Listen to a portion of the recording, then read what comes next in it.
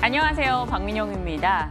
지금 이 저점 매수 시점으로 인식을 해야 되는지 아니면 반등 시 매도하면서 계속해서 수익 관리를 해 나가야 되는 시점인지 고민이 많은 요즘입니다. 여기에 또 실적 시즌이 바로 코앞으로 다가와 있기 때문에 내가 가진 종목이 실적 기대가 반영이 됐는가 여부도 따져야 돼서 굉장히 바빠지고 있죠. 이런 시장에서 시장에 대한 시각을 스스로 점검할 필요가 있어 보입니다. 그래서 오늘의 키워드를 준비했습니다. 자, 지금 시장에 대해서 많은 이들이 고민하시는 건 이런 걸 것 같아요. 자, 지금 물이 반밖에 없네? 혹은 반이나 남았네. 지수 자체에 대해서 충분히 더 올라갈 수 있다라고 생각하는 시각과 너무나 많이 목 끝까지 찼다라고 생각하는 시각이 엇갈리고 있죠. 과연 여러분은 어떻게 생각을 하고 계시는지 궁금해집니다. 분명히 사상 처음 보고 있는 지수 레벨, 개별 종목들의 강한 상승세가 나타나고 이런 것들 자체가 부담스럽게 느껴질 수도 있어요. 자산시장과 실물시장의 괴리감도 압박으로 다가오고요. 그런 시선도 있고 또 반대로는 여전히 더 갈 수 있다. 왜? 시장을 찍어 누를 만한 악재는 지금 없기 때문에 풍부한 유동성, 부양책 이런 것들에 초점을 맞춘다면 더 갈 수 있다라는 시각도 있겠죠. 여러분 스스로는 과연 어느 쪽에 더 무게를 두고 계십니까? 그 무게 여부에 따라서 투자 전략과 투자 기간이 달라질 텐데요. 스스로에게 자문해 보면서 오늘의 시장, 저 박앵커와 함께 들여다보도록 하겠습니다. 퇴근 전 시작합니다.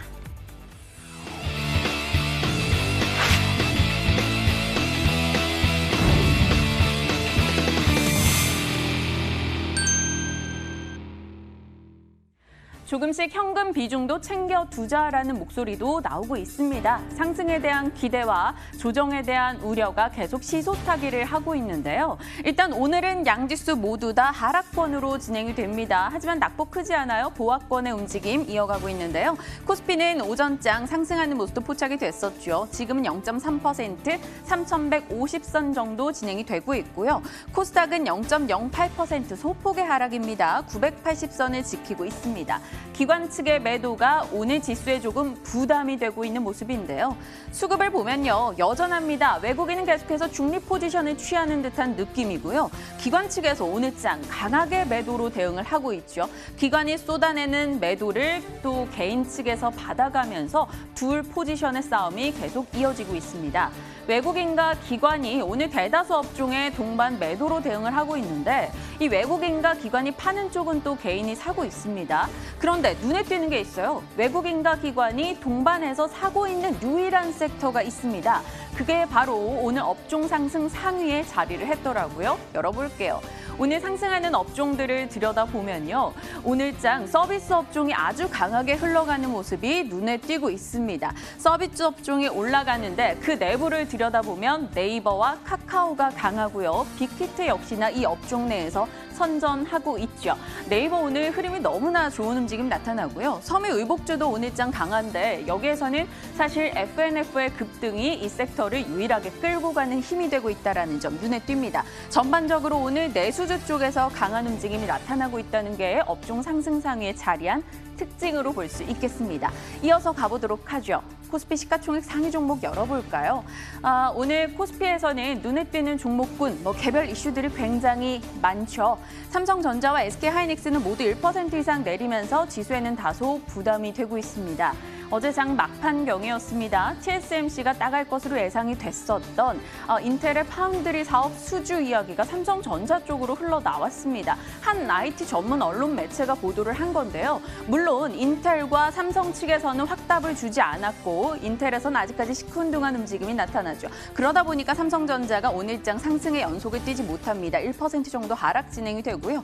네이버가 시총 상위 순위를 더 올려나가는 모습 최근에 포착이 되죠. 오늘장 네이버가 6% 이상 뛰어오릅니다. 이 때문에 현대차를 앞질러가는 모습이 확인이 되고 있고요. 네이버가 하고 있는 광고나 결제나 각종 사업에 대한 기대감이 점점 업그레이드 되고 있다는 게 분명 네이버 측에서는 굉장히 큰 모멘텀이 되는 것 같습니다. 오늘 네이버 같은 경우는 외국인이 실시간 금액 기준으로 가장 많이 사고 있는 종목 1위권에 이름을 올린 만큼 당연히 강할 수밖에 없는 흐름 나타나고 있죠. 특징주로 가본다면요. 인텔과 삼성전자 이슈가 지금 삼성전자 자체에게는 힘이 되지 않고는 있습니다만 삼성전자와 협력하고 있는 업체들 관련이 있는 종목들에 대한 기대감으로 번지고 있습니다. 소재, 부품, 장비주들 강세 움직임 포착이 되고 있죠. AD칩스는 국내에서 유일하게 삼성 파운드리 사업의 파트너라고 이야기가 되면서 오늘장 급등했었는데 그 급등분이 조금 줄고는 있습니다. 지금 현재는 5% 상승 정도로 진행이 되고 있고요.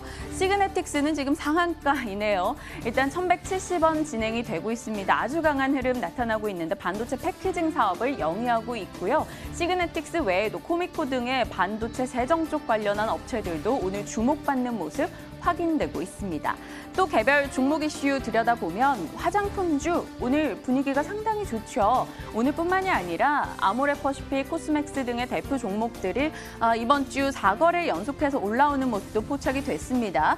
에이블CNC 지금 6% 올라가고 있고요. 아모레퍼시픽 4% 가까운 상승, 제이준 코스메틱스 역시나 4.7% 오름세 포착되고 있습니다. 특히나 코스맥스 같은 경우는 현대차증권에서 국내에 있는 화장품 관련주 중에 상승 여력이 가장 크다라고도 이야기가 됐던 만큼 오늘장 또 강한 탄력을 보이기도 했는데요. 앞으로 흐름 어떻게 진행이 될지 지켜보며 대응할 필요가 있겠습니다. 자, 이슈로 한번 들어가 보죠. 오늘 시장에 올라가는 종목들의 이슈를 열어보면 바로 중국이 키워드가 될 수 있겠습니다. 중국과 관련이 있는 기업들의 강세가 좀 도드라지는 오늘이죠. 증권가에서도 중국 소비 확대에 대한 수혜 기대 이제 주목해야 된다라고 말합니다. 코스피 랠리에서 소외됐던 중국 관련주, 이제 중국 경기, 실물 경기가 회복되는 시기이기 때문에 중국에서 소비가 늘어나는 것에 대해서 충분히 찾아볼 필요가 있다라고 얘기하는데요. 증권가에서 언급하고 있는 쪽은 화장품, 의복, 게임, 임플란트, 보톡스 등등이 되겠습니다. 언제나 중국에겐 조금 벗어나고 싶으면서도 주식시장에서는 이 중국을 빼놓고 얘기가 안 된다라는 게 아이러니하기도 합니다.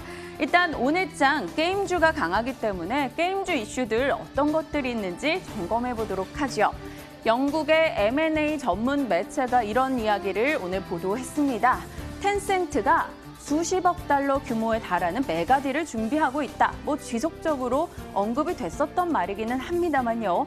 일단 2016년도 이후 가장 큰 규모를 위해서 이제 지금 텐센트가 시중의 자금들을 다 끌어모으고 있다. 이런 보도가 나왔던 거죠. 그리고 한국이나 미국에 소재를 둔 회사가 유력할 걸이라고 각종 전문가들이 추측을 하기 시작했습니다. 텐센트는 지난해에도 31개사 게임사에 투자를 하는 등 굉장히 큰 투자 활발한 움직임을 보여왔었고요. 코로나로 산업 성장세가 계속 이어질 걸로 보니 인수전이 급물살을 타지 않겠느냐라는 이야기가 나오고 있습니다. 그래서 또 증권가에서는 빠르게 중국과 관련이 있는 게임사들을 찾아냈습니다. 지금 거기에 흥행하고 있는 게임을 내놨다던가 혹은 중국 업체와 소송이 있던 중국 업체가 지분을 갖고 있던 이렇게 관련이 있는 기업들인데요. 웹젠, 위메이드, 카카오게임즈, 넵튠, 넥슨, 넷마블 등이 되겠습니다. 이 중에서 카카오게임즈와 넷마블 같은 경우는 텐센트가 지분을 보유하고 있다는 것도 긍정의 포인트로 꼽히고요. 그 밖에도 이 위메이드나 다른 종목에 대해서도 오늘장 관심도는 충분히 높게 나타나고 있습니다. 이들 게임사에 대해서 기대를 갖고 있는 또 다른 이유는요. 바로 신작 게임이 줄줄이 나올 예정이라는 거죠. 게임주 신작 모멘텀이 본격화되는 게 바로 올해 1분기다라는 지각이 많았죠.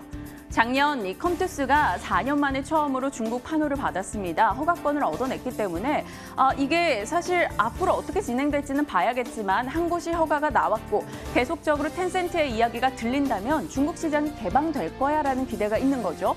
그래서 각 업체들의 새로운 게임에 관심을 두는 겁니다. NC소프트와 넷마블 1분기 내 신작 출시가 예정되어 있고 웹젠도 중국 출시작이 이미 호평을 받고 있는데 또 새로운 신작이 조만간 나온다라는 기대도 안고 있습니다. 이베스트증권, NC소프트 목표가를 무려 130만 원까지 올려잡는 움직임도 나타냈는데요.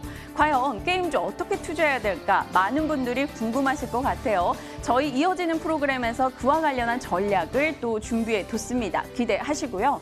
자, 박앵커의 뇌피셜, 또 저만의 생각이겠죠. 게임주 어떻게 투자를 해야 되지? 살 게 있나? 되게 고민하면서 오늘 열심히 찾아봤는데요. 박앵커는 사실 게임을 잘 몰라요. 카트라이더 이후로 게임을 그렇게 열심히 해본 적이 없기 때문에 내가 모르는 게임주를 지금 이 시점에 어떻게 투자해야 될지 감이 안 오더라고요. 그래서 저는 지금 살 거 많은데 잘 몰라서 패스 의견이 냈습니다. 그리고 나서 저희 빨간맛 2부 제작진에게도 각각 한번 물어봤죠. 그랬더니 안앵커 작년 하반기에 좋은 기억이 없고 저도 사실 게임을 잘 몰라요. 그래서 저도 패스라는 답변을 줬고요. 그리고 K모 PD 텐센트 이슈 확실한가? 어려운 길은 가지 않아. 난 좀 더 지켜볼래라는 답변. 굉장히 보수적으로 의견을 주셨어요. 네, 조금 더 적극적이셨으면 좋았을 텐데 아쉽습니다. 그리고 제이 작가, 이분이 눈에 띄죠. 이분은 저희 제작진들 내에서 또 게임의 여왕이라고도 지칭이 되는데 이분이 나는 넥슨 GT 좋은데? 라고 답변을 줬습니다.